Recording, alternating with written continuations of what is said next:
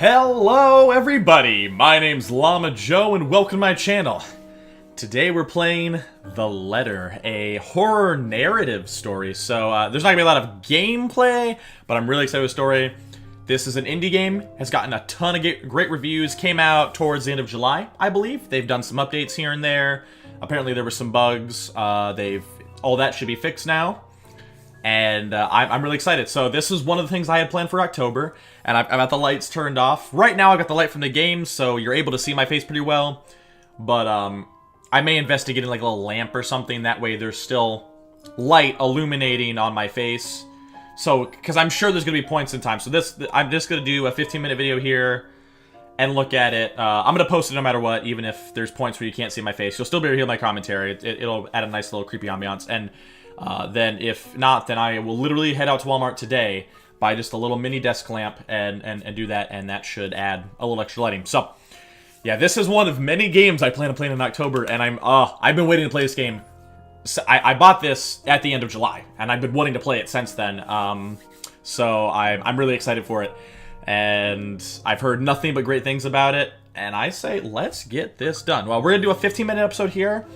But I'm pretty sure this has like 20-hour-long campaigns. So doing 15-minute episodes per that will make a lot of different episodes. So we'll see. We'll see how long I decide to really make it. I may end up doing 30-minute episodes, so I apologize. But we'll see what I can do. So let's get this going. Oh, God. Okay. Another fun thing. No, I'm not going to talk very much because this is going to... yeah, okay, cool. I am terrible at horror stuff. It scares me so much. And I also didn't expect a jump scare in there, so that's pretty mean. But, that gave me a heart attack. The Ermengarde Mansion. It was built for Lord William and Lady Elizabeth... I can speak, apparently. And Lady Elizabeth Ermengarde of Luxbourne, humble ambassadors of peace and beloved by their people. Both were well known for their compassion and generosity, never failing to extend a helping hand to anyone in need. Under their influence and wealth, what was once a small, sleepy village grew to a prosperous and bustling town. However, the seasons of joy eventually ended when the good nobles perished. I don't care about the update, Razor. And I didn't get to finish that because my stupid computer had an update. Their riches and legacy were henceforth passed on to their only child, Lady Charlotte Ermengarde. Ermengarde. ...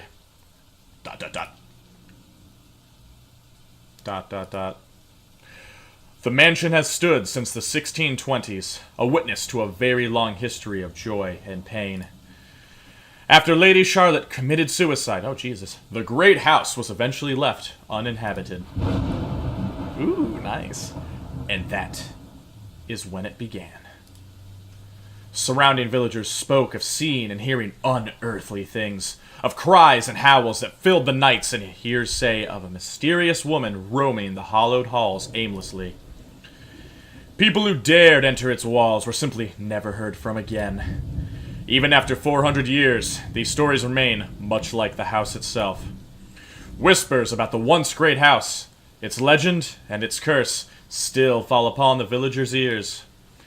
In spite of this, the current owners are convinced that these stories are nothing more than a hoax.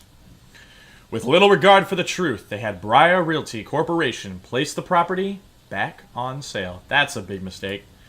Like Pandora's box, the secrets that lie inside await to be discovered by brave souls. No matter what happens, take care not to be consumed by the curse. Good luck. Ooh, that was a nice little opening. Okay. Incoming call. Accept. Hello? Isabella? Are you there? Where are you? Hey, Rose. Okay. A familiar, jittery voice comes from the other end. Oh, hey, Rose. I'm at St. Goretti High. What's the matter? Okay, I'm not gonna do high-pitched voices, but I'll try and do different character voices for the dialogue. I'll try. What do you mean, what's the matter? It's a mansion, silly. I'm here and you're late. Uh-oh. Jeez, we're on shift together. You promised. Oh my god, please don't tell me you forgot. You were planning on leaving me to check this place out on my own, weren't you? You chickened out. Got him. Calm down. You know I take my promises seriously. I'd like to believe that. So hurry up and get here. This place is huge. A bit too quiet since no one's lived here since, like, forever, but beautiful nonetheless. Ooh. Why are you so surprised? This isn't the first time you've been there. I know. I just wish I could live in a place like this. It really takes my breath away. Yeah, well, I wouldn't be so sure about that. Not after the rumors that say it's haunted. See, she knows. She's smart. Jeez, never mind those rumors. Ghosts aren't real after all. And even if they are, Mistake which number they are 1. not, they can't do anything. Mistake number 2. They're nothing but spirits. You don't know that. They might be listening or watching right now, and they might not be happy with you enough to curse you. See, Isabella, you're smart. You're No intelligent. offense, sweetie, but that's a bit of a stretch. I mean... Believe it or not, it's better to be careful. Right. You know, not every property we sell will end up with a dead body stuffed in a sofa. But this one will. And I think that mansion is where we'll likely find another one. I can Wait. feel it. Another one? You found a dead body in a sofa? That was one time, Isabella. Lucy. Oh god! Oh no! Wait, just get here ASAP, please. I'm getting bored being here on my own. That's disturbing! What? No, we're just gonna graze past that? Let me just finish up here. I'll be right there soon. Okay, see you. Bye. Yeah, whatevs. Just found a dead body in a house. She hangs up before I can respond. It's gonna be hard to do voices. Okay. Rose, still charming as ever. Who was that? Who are you? Ooh, hello. Becca. Oh, that? Oh, It's sorry, I didn't just read that. Rose. My bad. Rose? The one you said who trained you for your job back when you started? You're working together again? I like Becca. I don't know. Just for this property. We've been scoping out that big mansion down Anselm Village after the renovations. Today's sort of its grand opening to the public.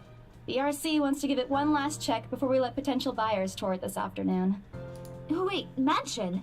That big Oh. spooky one you've been telling everyone about? That's cool. They have little, like, even in... like, they have little anime... Oh, man. Oh, this game's gonna be so good! Didn't you keep saying how it just gave you the creeps? You actually went there? And you're going back? Well, I did promise Rose I wouldn't ditch her. And besides, a job is a job. Gotta do what you gotta do to make a living. She's not wrong there. As soon as those words leave my mouth, Becca lets out I can't read today, guys. I'm sorry. Becca lets out a soft chuckle. What's so funny? Nothing. It's just that I didn't expect you to say that. Coming from you, it sounds so out of character. I mean, no offense, but you've been freaking out about the place being creepy ever since you I'm got so excited for this it. game. Cursed rumors and all. I honestly thought you'd back out. Not all the time. I could really use a huge amount of cash right now, and this is just the fastest way to get it. Plus, listen to this. Briar Realty wants it sold as soon as possible, and the agent who lands the deal is going to get a huge bonus. They never give bonuses like that. Getting that would make life so much easier. They're desperate, I'm desperate, it's perfect. A sympathetic look crosses her face. You know, if you're really in urgent need of money, you could have just asked me. Or Ashton. We can always let you borrow, and you can pay us back whenever. Who's Ashton? I have to keep myself from groaning out loud. In the years I've known her, I can already tell what to expect once she has that expression. Becca! I've noticed that you've been living off instant noodles these past few weeks. What's wrong with instant noodles? She crosses her arms and grimaces at the thought. Her voice slightly rises as she begins to scold me. Instantly, I'm reminded why Becca excels at teaching boisterous teenagers. Stop eating junk. They're cheap, but they're not good for you. So she's a teacher. You'll definitely end up in the hospital if you keep at it. Well, why is it... Okay. She's a teacher of teenagers, and so if she's... This looks like she's in a school environment. That makes sense. But... Why is Isabella there? That's kind of weird, but alright. I eat other things too, you're not my mom. Yeah, I eat other things too. Hey! I eat other things too. Relationship status updated. Yeah. Hooray! I fold my arms, cross my chest, mimicking her posture, and giving her the best frown I can muster. The same one I'd use with my younger siblings when they're being difficult. Instead, she only raises an eyebrow at me. That's not going to work on me. And I saw it when you were cleaning your flat last week. Wow. The instant noodle cups outnumber everything else. What's wrong with ramen, You're just fam? exaggerating. Did you even see what's in my cupboard yet? I'm not just living on instant noodles alone. I've got canned beans, peas, tuna, ham, and even hamburgers in there. See, what are you complaining about, Becca? Becca's wrinkling her nose. By the time I get to the end of the small list, she even went a little green on the last one. Ugh. I would have laughed a little at that if I didn't know it would only lead to more reprimands from her. Aren't those the same ones you won from the grocer's raffle more than a year ago? Oh no. Oh, I sincerely hope you're checking the date stamps on those things before eating them. I don't want a repeat of last year. In any case, those are still not exactly healthier choices, Val. I mean, canned food ain't bad. She shakes her head, possibly laughing at some funny, distant memory. When she looks up, I immediately brace myself. More words from her. Sometimes, it's just better to let Becca talk until she's out of things to say. But when she turns her attention back at me, there's only warmth in her smile. What am I going to do with you? She says this more to herself than me, her voice shifting to something kinder, even motherly, if I'm looking for the exact word. I hope you know that it's impossible not to worry about you when you're like this. You don't have to keep eating the same thing. Aw, Becca, you're a good friend. Man, I like Becca. Becca's friggin' cool, man. I already told you before. You're always free to reheat food in my fridge. What a beast. Thanks, Becca. I don't pass up free I food. really appreciate it, but you don't need to keep babying me. You've been taking care of me since after I moved here. You have to take a break sometime. And before you ask again, no. You know I'm not a fan of borrowing money. And I'm not going to ask you to give me what you earned hard for yourself. Yeah, I'm kind of the same way on that regard. You and your pride. But suit yourself. The offer stays on the table, though. See, Becca's a great friend, but I think I relate to Isabella. I nod in response, if only to get her to drop the topic. But I'm pretty certain I will never take that offer. Ever.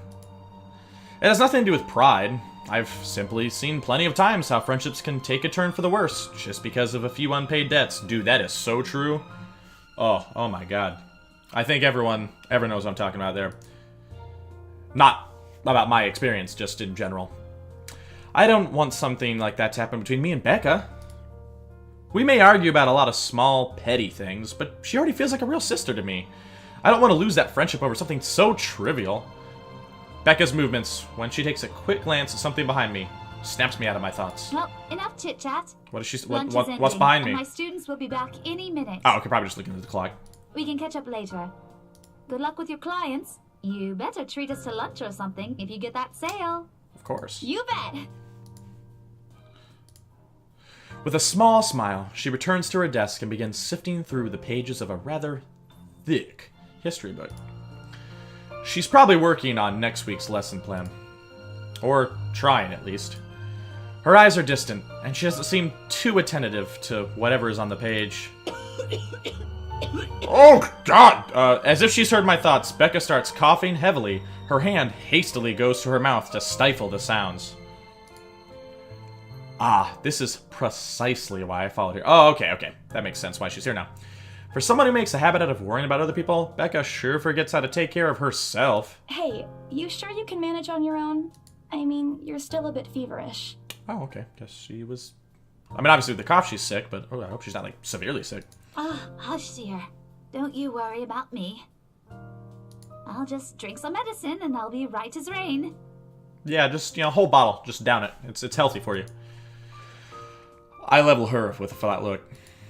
She has had a cold for a couple of days now. Something about the strange weather not agreeing with her lately.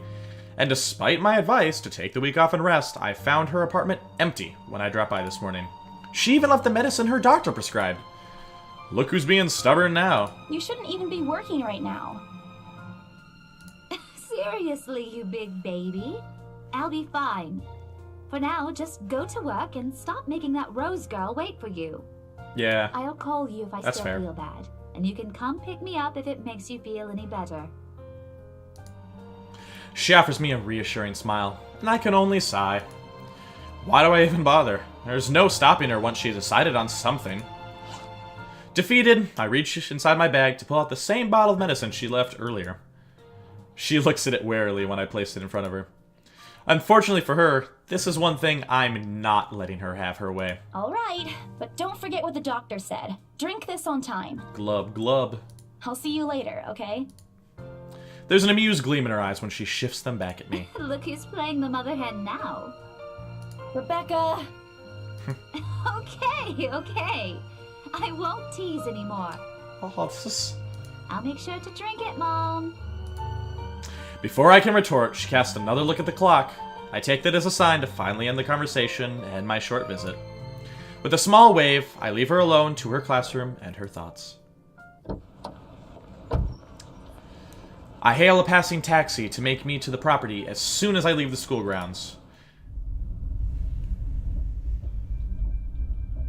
Oh, okay. That tone got really creepy for a second. The mansion is some ways out in the countryside, but I don't have trouble giving the driver directions. Apparently, everyone in Luxburn City knows of it, including every bit of rumors surrounding the place. In fact, just the mention of its name is enough for locals to give you cautious sidelong glances. I learned that the hard way the first time I commuted there, and it only boosted my belief that there's something more to the house. Even the news of it being renovated and placed back up in the market has caused quite a stir. Thankfully, it died down a few weeks later. The place would have become a lot harder to sell otherwise. I avert my eyes from the window once the buildings shrink in the distance. We get a glimpse of the countryside soon, although a quick glance at my watch tells me we're still a few minutes away from our destination. Might as well get some work done. Rose did ask me to review the mansion's documents. I already looked them over last night, but you never know when things may go wrong. Life has ways of messing things up like that. Halfway through reading the papers, my phone rings again. I pick it up without looking, neatly tucking it between my ear and shoulder. It's probably just Rose again anyway. Rose?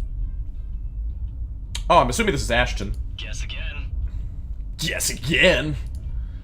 That voice. Bingo. Hey, what's up? Just checking if you're still cool later this evening. Oh. You mean that thing with Zach? Oh, she's blushing. Oh, what's going on? Yeah. He even called in the middle of the night just to remind me. Okay, well, it's not a Well, date. don't worry, I didn't forget. I'll be there. Cool. I'll see you later. What time do you get off? Around 5, 6 Why is she p.m.? blushing? I don't know. It's the first day of the Ermengarde Mansion's open house. and Ermengarde. We're expecting quite a number of potential buyers. I'll be booked the whole afternoon. Ermengarde Mansion? You know, the big Jacobean mansion at Anselm Village. I'm on my way there right now, actually. On your own? Yeah, well, Rose is already there, but yeah. I see. Looks like the scaredy cat finally toughened up. Shut up! Ash chuckles, and I can't help but roll my eyes upon hearing it. I'll see you later. Ashhole? I'll see if I can pick you up. Has that always said that? Has that always said this whole time, or did that just pop up there? Ashhole, nice. Whatever. Bye. Damn, okay. Stupid Ashhole, always teasing me whenever he sees a chance. Man, she gets triggered quick. I'll show him who's tough. Okay, alright. Ooh, it got creepy! But I've been going on past 15 minutes at this point, so I do need to wrap it up. So, but first, let's check out this journal. What's going on here? Uncovered timeline. Ooh. Before going to the Ermengarde Mansion, Isabella Santos dropped by St. Goretti High School to check out Rebecca Gales. The former reminded the latter to take her flu medicine before leaving. On the way to the mansion, Isabella received a phone call from Ashton Frey, reminding her of Zachary Steele's movie premiere that night. That's cool. This is cool. It's got a little timeline. Profiles? Okay, so I don't... Okay, so we only have one on Isabella. Yeah, that's, I mean, you guys can read that. She's a third child among 7. Damn. Daughter of a laundrywoman and a jeepney driver. She went to a public school and was an average student, but took to art easily. Eventually, she pursued a degree in fine arts, as encouraged by her father. However, when the man was diagnosed with a terminal illness, she had to stop studying to make money. It was Isabella's aunt who helped her get to work overseas in order to earn more money than any local job could get her. Rose Cooper became her mentor as soon as she started as an agent at BRC. It's been 5 years since she met her neighbor, Rebecca. She met Ashton during an unfortunate incident involving her first sale at Devlin Court, and later, Zachary through him. Okay, that's cool. They're gonna have these little... Because I was having a lot of questions about the characters and why they're there and what they were doing, so... relationship. Ooh, getting real good with Rebecca. Hannah, Luke, Marianne, okay. I'm assuming these are like all the people that you eventually get to play as. Return. Okay, yeah. We're gonna stop here, so... Thank you guys so much for watching. Feel free to like, comment, subscribe, tell me what you like, tell me what you don't like, and I will do my best to fix it. So, my name's Llama Joe, and I will catch you guys later!